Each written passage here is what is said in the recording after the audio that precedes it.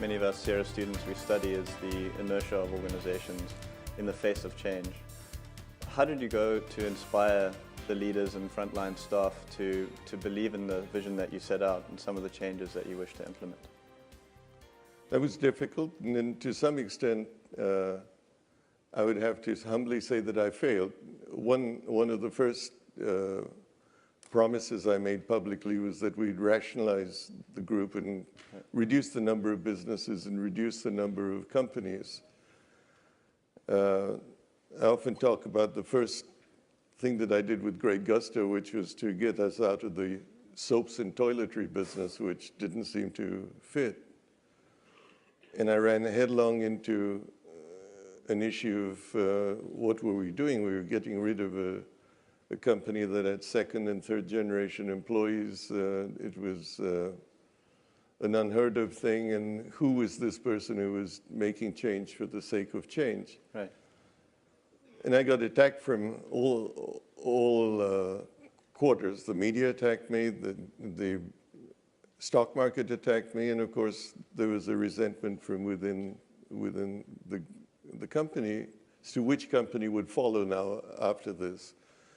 The net result was a new chairman so keen to succeed and not wishing to have failure, suddenly being bombarded from all quarters. There was no second company that got sold. Right. And I put my tail between my legs and tried to look at other forms of growing. Right. Risk is a necessary part of a business philosophy, and certainly over your career, you've made some significant bets. And the Dean mentioned a number of the acquisitions. I would also think here of the launch of the Indica, India's first indigenously manufactured motor vehicle. How did you get comfortable making such consequential decisions and, to your point, convincing others to follow you into them?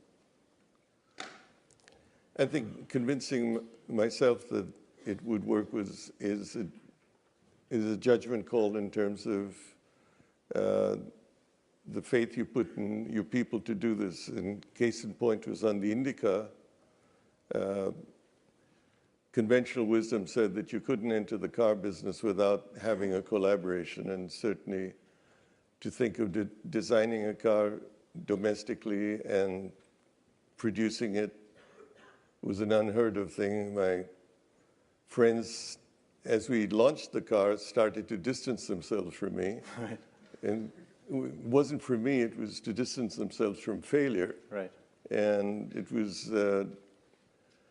the trust one had in the young team to put this together that drove it. The other is that from time to time, I think change has caused a lot of people in the company to question the wisdom that such a change would be based on. Right.